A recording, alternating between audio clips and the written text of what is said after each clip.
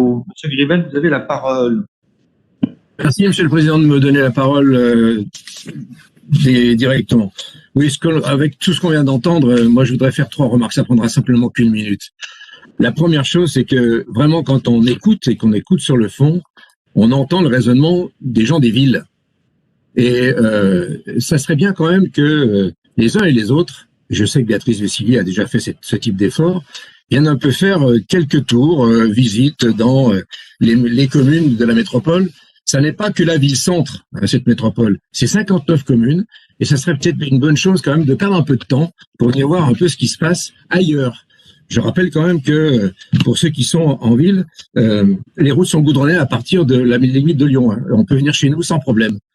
La deuxième chose, donc attention à ce type de raisonnement et ne pas avoir un raisonnement métropole et pas simplement que ville-centre.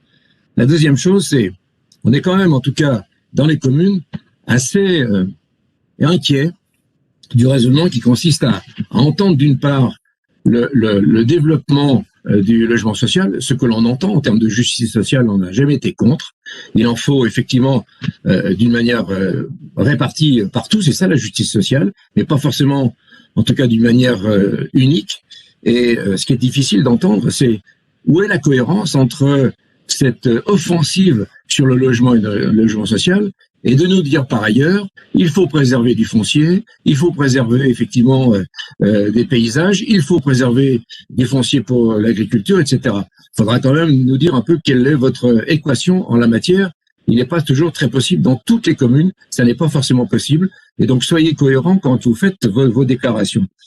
Ce qui est important de vous dire, et c'est ça que je voulais en tout cas vous dire dans la minute que vous m'avez donnée, Monsieur le Président, et je vous en remercie, c'est que franchement, il faudra commencer à réfléchir en termes de différenciation.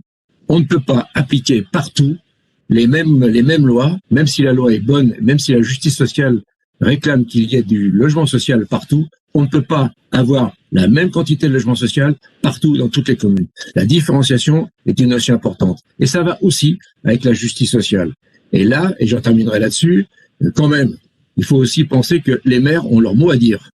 Et que s'il y a effectivement offensive, Monsieur le vice-président au logement, on peut pas en parler d'offensive, mais quand on parle d'offensive, à un moment donné, on se retrouve deux, l'un en face de l'autre, et on passe un accord.